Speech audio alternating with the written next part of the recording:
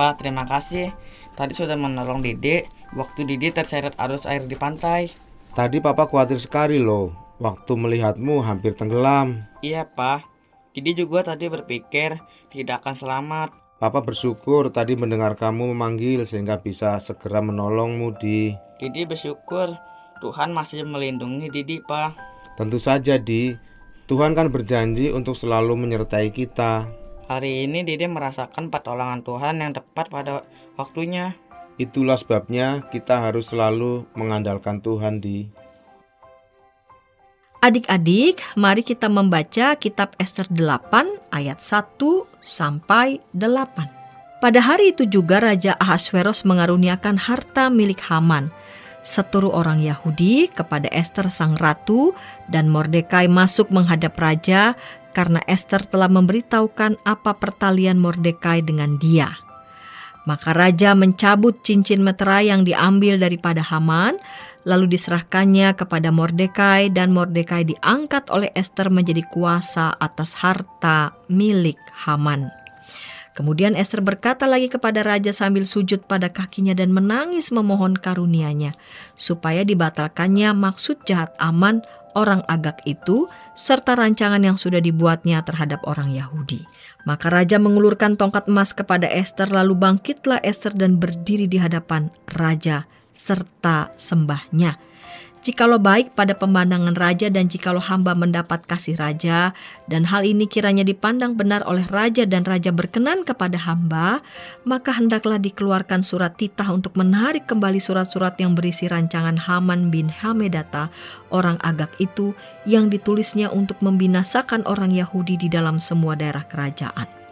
Karena bagaimana hamba dapat melihat malapetaka yang menimpa bangsa hamba, dan bagaimana hamba dapat melihat kebinasaan sanak saudara hamba? Maka jawab Raja Ahasveros kepada Ester sang ratu, serta kepada Mordekai orang Yahudi itu, harta milik Haman telah kukaruniakan kepada Ester, dan Haman sendiri telah disulahkan pada tiang karena ia sudah mengacungkan tangannya kepada orang Yahudi. Tuliskanlah atas nama raja apa yang kamu pandang baik tentang orang Yahudi, dan meteraikanlah surat itu dengan cincin meterai raja. Karena surat yang dituliskan atas nama raja dan dimeteraikan dengan cincin meterai raja tidak dapat ditarik kembali.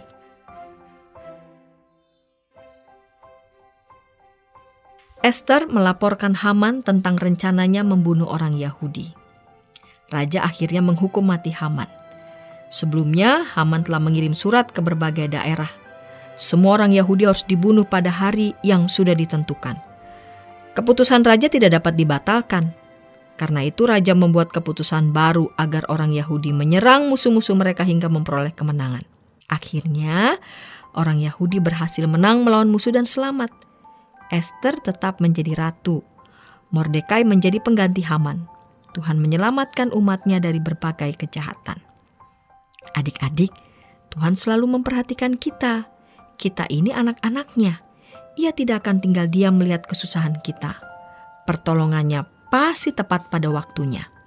Karena itu, tetaplah mengandalkan Tuhan senantiasa. Mari berdoa. Bapa di surga, lindungilah aku dari segala kejahatan. Aku berserah kepadamu. Dalam nama Tuhan Yesus, aku berdoa. Amin.